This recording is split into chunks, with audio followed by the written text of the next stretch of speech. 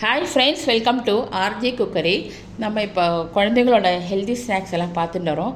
இன்றைக்கி நம்ம வந்து 3வது எபிசோடு தான் நம்ம வந்து பார்க்க போகிறோம். இன்றைக்கி நம்ம பார்க்க போகிறது ஒரு சாட் ஐட்டம் தான். அதாவது ரெகடா பேட்டிஸ்னு ஒரு சாட் ஐட்டம் தான் பார்க்க போகிறோம்.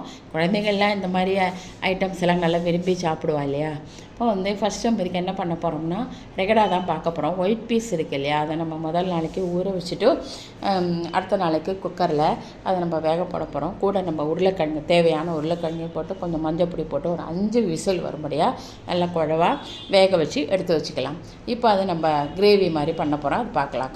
கடாயில் வந்து 2 ஸ்பூன் எண்ணெய் விட்டுட்டு கொஞ்சம் 1/2 ஸ்பூன் ஜீரகம், அது வந்து ஒரு வெங்காயம், ஒரு தக்காளி, அதுக்கு தேவையான உப்பு, ஒரு 1/4 ஸ்பூன் வந்து மஞ்சப்பொடி, அதுக்கப்புறமா வந்து இந்த ரெட் சில்லி, காரம் தகுந்த மாதிரி நம்ம குழந்தைங்கள்லேருந்து பெரியவாள்லேருந்து கொடுக்கறதுனால காரம் வந்து மெயினாக குழந்தைங்களுக்கு அதை நம்ம காரம் நம்ம பார்த்து போட்டுக்கணும்.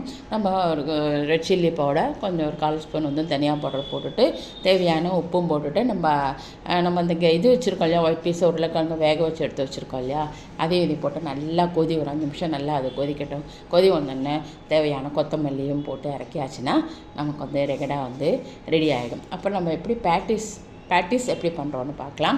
இதே மாதிரி தான் உருளைக்கிழங்கு வந்து நம்ம தேவையான உருளைக்கிழங்கு நல்லா வேக வச்சு எடுத்து வச்சுட்டு அதுக்கு தேவையான உப்பு, காரத்துக்கு தகுந்த மாதிரி பச்சை மிளகாய், கொஞ்சம் இஞ்சி, துண்டு துண்டாக நறுக்கி போட்ட இஞ்சி, மஞ்சப்பொடி, அதே மாதிரி தனியா பவுடர், அப்புறம் இது வந்து நல்லா சேர்ந்து பைண்டிங் ஆகிறதுக்காக கார்ன்ஃப்ளவர் மாவு, அது இல்லைனா அரிசி மாவும் போட்டுக்கலாம். அதையும் போட்டு கொஞ்சோண்டு ரெட் சில்லியும் போட்டு எல்லாமா போட்டு நல்லா அது ஸ்மாஷ் பண்ணி குழவா எடுத்து வச்சுட்டு ஷாலோ ஃப்ரை தான் நம்ம பண்ண போகிறோம், டீப் ஃப்ரை இல்லை.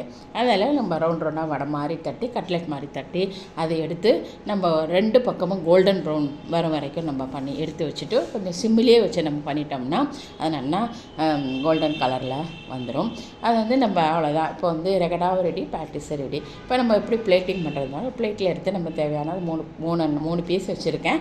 வச்சுட்டு நம்ம அந்த கிரேவியை நல்லா விட்டு அதுக்கு மேலே வந்து வேணும்னா நமக்கு வந்து க்ரீன் சட்னி வச்சுருந்தா க்ரீன் சட்னி, டேமரண்ட் சட்னி எல்லாம் போட்டுட்டு அப்புறம் தேவையான இந்த வெங்காயம் லைட்டாக தூவி, கொத்தமல்லியும் தூவி, தக்காளியும் தூவி சர்வ் பண்ணி நம்ம சுட நம்ம எடுத்து சாப்பிட்டோம்னா ரொம்ப ரொம்ப டேஸ்டியாக ரொம்ப நல்லாயிருக்கும். குழந்தைங்களாம் அது விரும்பி நல்லா சாப்பிடுவா. இப்போ லீவெல்லாம் வந்தாச்சுனால ஒரு நாளைக்கு ஒரு பண்ணி கொடுக்க நம்ம லிஸ்ட்டு போட்டு வச்சுக்க வேண்டியதான்.